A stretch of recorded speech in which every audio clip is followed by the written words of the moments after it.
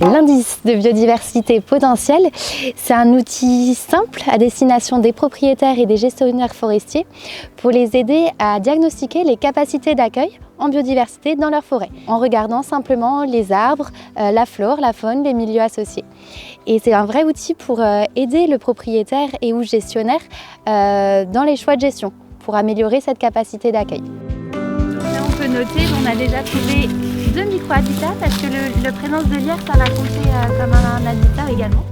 Un indice de biodiversité potentielle comprend 10 facteurs. Donc il y a 3 de ces facteurs qui ne dépendront pas de l'action du forestier, c'est des facteurs de contexte.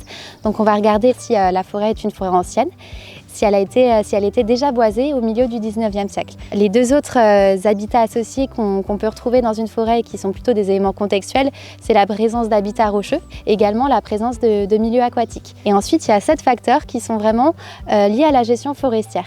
Parmi ces facteurs, on va retrouver la présence d'essences autochtones. Il y a aussi tout ce qui est arbres porteurs de dendromicrohabitats. Une écorce décollée, une branche morte dans le houppier, une petite cavité ou un trou de pic qui va permettre d'accueillir non seulement, par exemple pour le trou de pic, le pic en question, mais aussi tout un cortège associé qui vont pouvoir profiter de ces singularités pour soit se nourrir, soit se loger, soit s'abriter.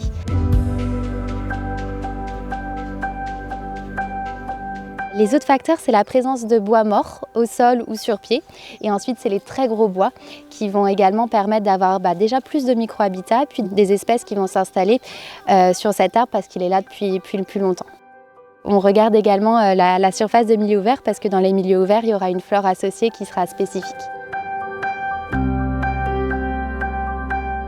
C'est une fiche qui est assez simple. On va voir l'ensemble de ces facteurs, on va regarder ce qu'on voit autour de nous, puis on va remplir cette fiche et calculer un score global.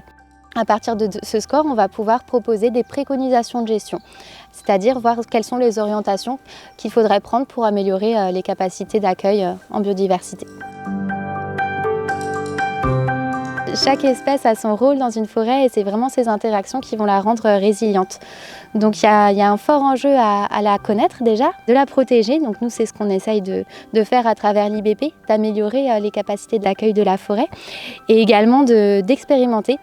Parce que malgré tout, le changement climatique impacte fortement les modes de gestion et les essences possibles en forêt. Donc il va falloir trouver de nouvelles formes de sylviculture, de nouvelles essences, mais qui soient aussi adaptées à la prise en compte et au maintien de la biodiversité.